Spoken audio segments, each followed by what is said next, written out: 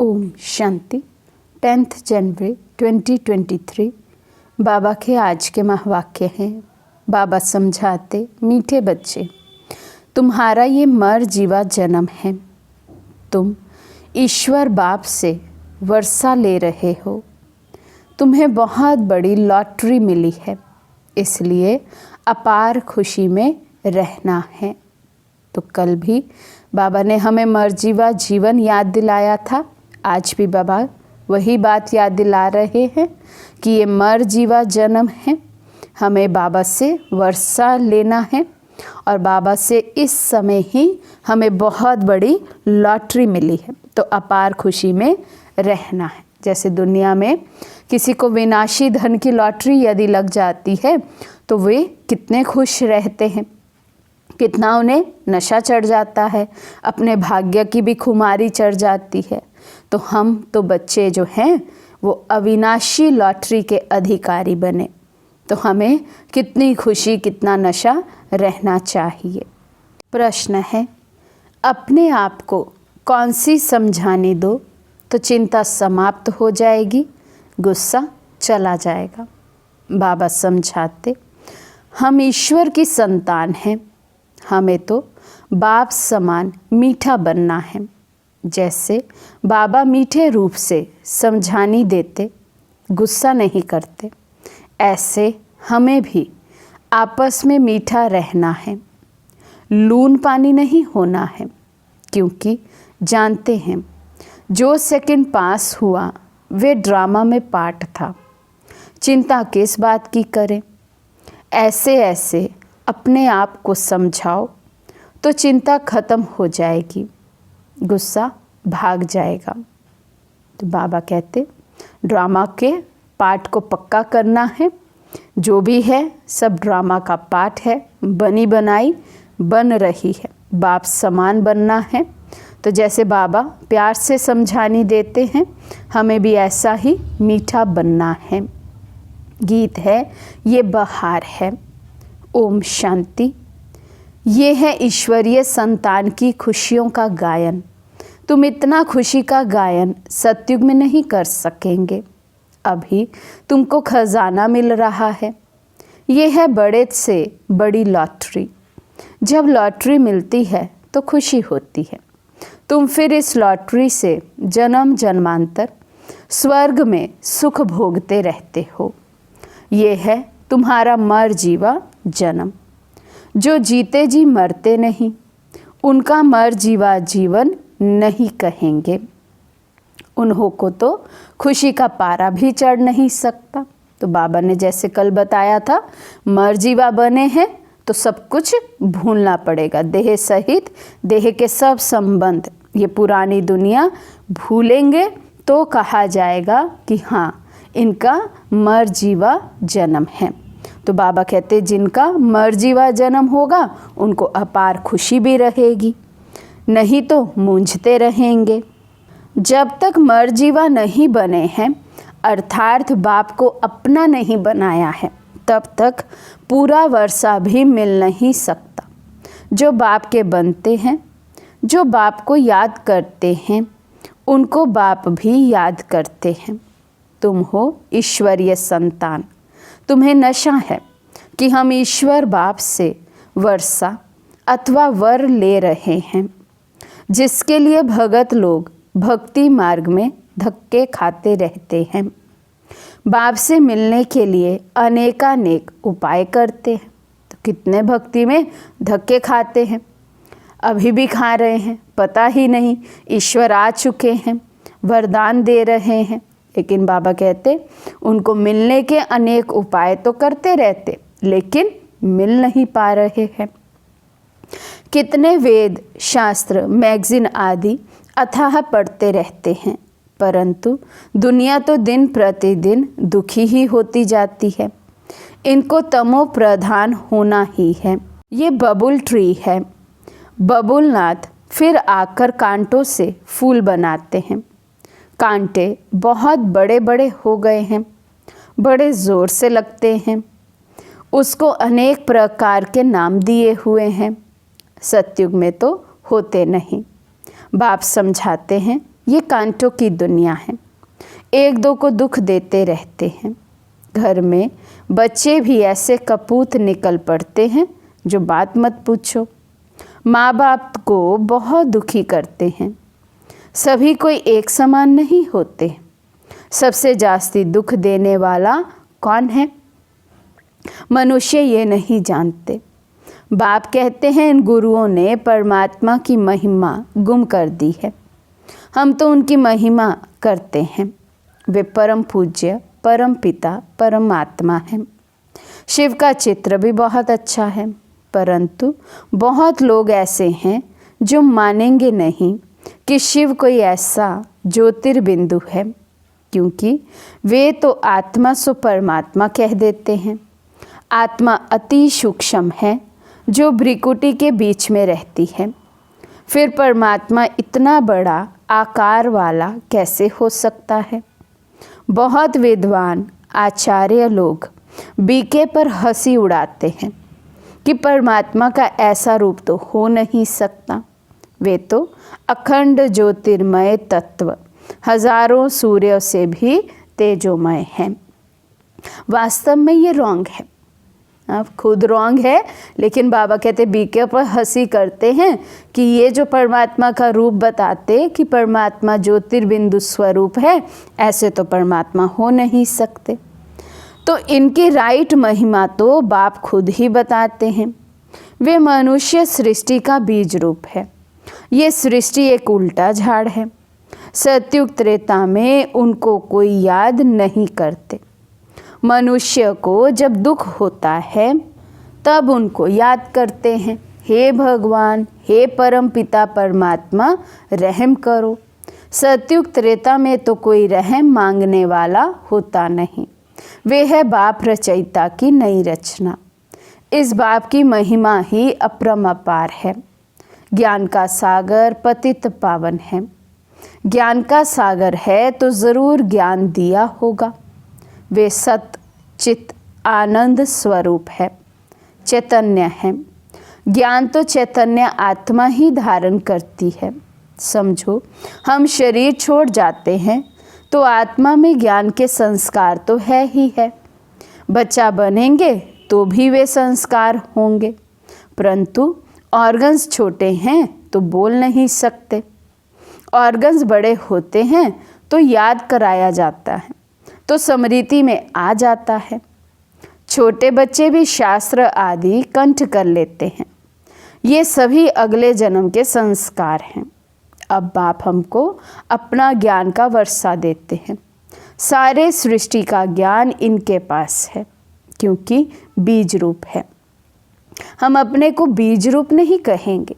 बीज में ज़रूर झाड़ के आदि मध्य अंत का ज्ञान होगा ना, क्योंकि हम तो सतयुग में जाएंगे तो ये सारी नॉलेज भूल जाएंगे। इसलिए हम अपने को बीज नहीं कह सकते हैं इस सृष्टि रूपी वृक्ष का। वे केवल शिव बाबा हैं। तो बाबा कहते, तो बाप खुद कहते हैं, मैं हूँ सृष्टि का बीज रूप। इस झाड़ का बीज ऊपर है। वे बाप सत चित आनंद स्वरूप ज्ञान का सागर है। सृष्टि के आदि मध्य अंत का ही उसमें ज्ञान होगा, नहीं तो क्या होगा? क्या शास्त्रों का ज्ञान होगा? वे तो बहुतों में हैं। परमात्मा की तो ज़रूर कोई नई बात होगी ना, जो कोई भी विद्वान आदि नहीं जानते। तो बाबा कहते कुछ तो अंतर होगा ना विद्वान आदि में और परमात्मा में। तो विद्वान आदि में जो ज्ञान है वो आकर बाबा नहीं सुनाते। बाबा की नई बात होती है, नया ज्ञान है। कोई से भी पूछो, इस सृष्टि रूपी झाड़ की उत्पत्ति, पालना, संहार कैसे होता है? इनकी आयु कितनी है? ये कैसे वृद्धि को पाता है? बिल्कुल कोई नहीं समझा सकता है, क्योंकि कोई में ये ज्ञान ही नहीं है। तो बाबा कहते समझाएंगे कैसे? ये गीता ही है सर्वशास्त्रमयी शिरोमणि, बाकी तो सब है उनके बाल बच्चे। जबकि गीता पढ़ने से भी कुछ नहीं समझते, तो बाकी शास्त्र पढ़ने से फिर क्या फ़ायदा? वर्षा तो फिर भी गीता से मिलना है। अब बाप सारे ड्रामा का राज समझाते हैं। बाप पत्थर बुद्धि से पारस बुद्धि बनाए पारसनाथ बनाते हैं।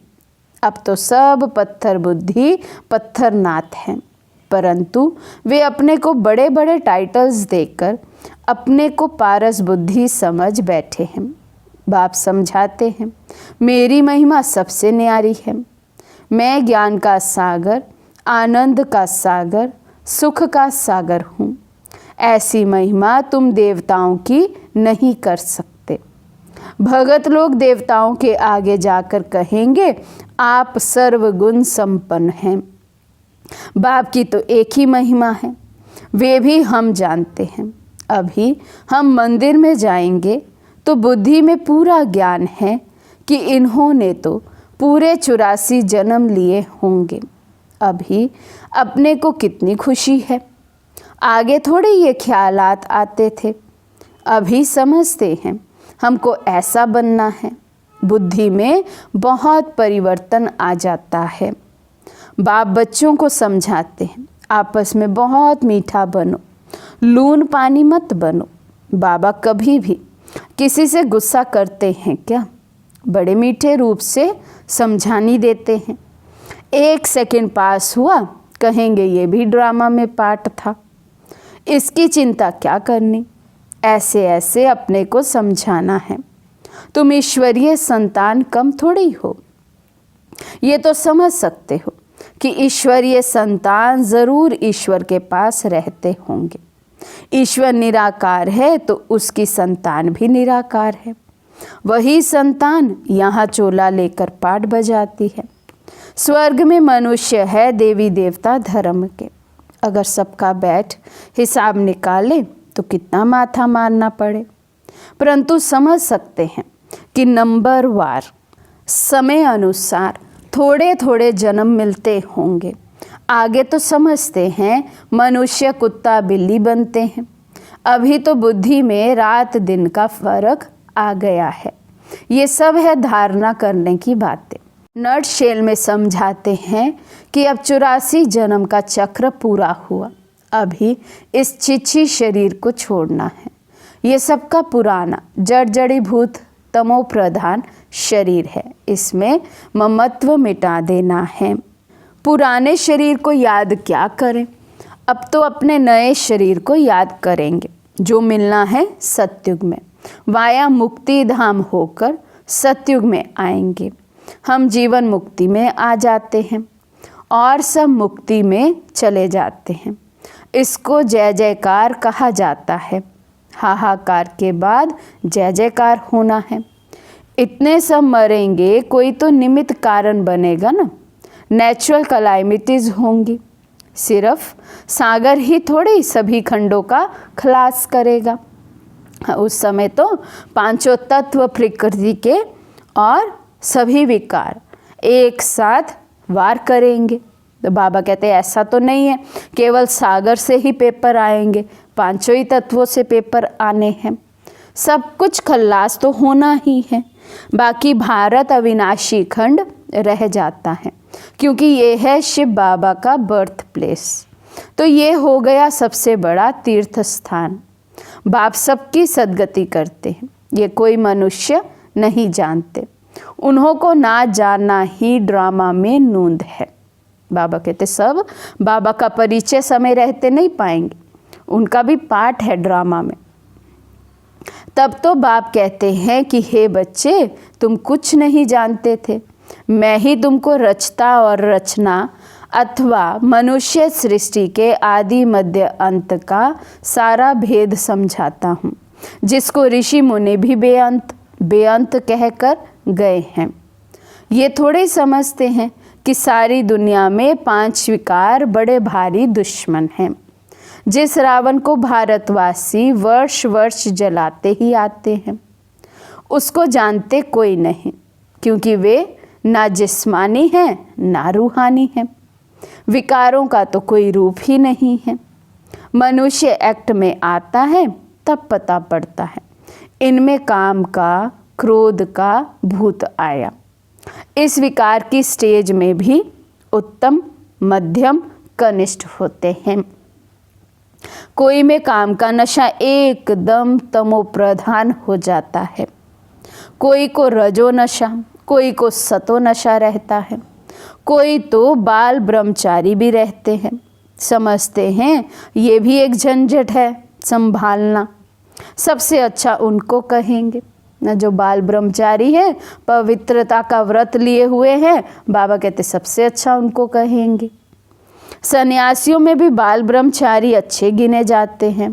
गवर्नमेंट के लिए भी अच्छा है, बच्चों की वृद्धि नहीं होगी, पवित्रता की ताकत मिलती है, ये गुप्त है। सन्यासी भी पवित्र रहते हैं, छोटे बच्चे भी पवित्र रहते हैं, वानप्रस्थी भी पवित्र रहते हैं। तो पवित्रता का बल मिलता ही आता है।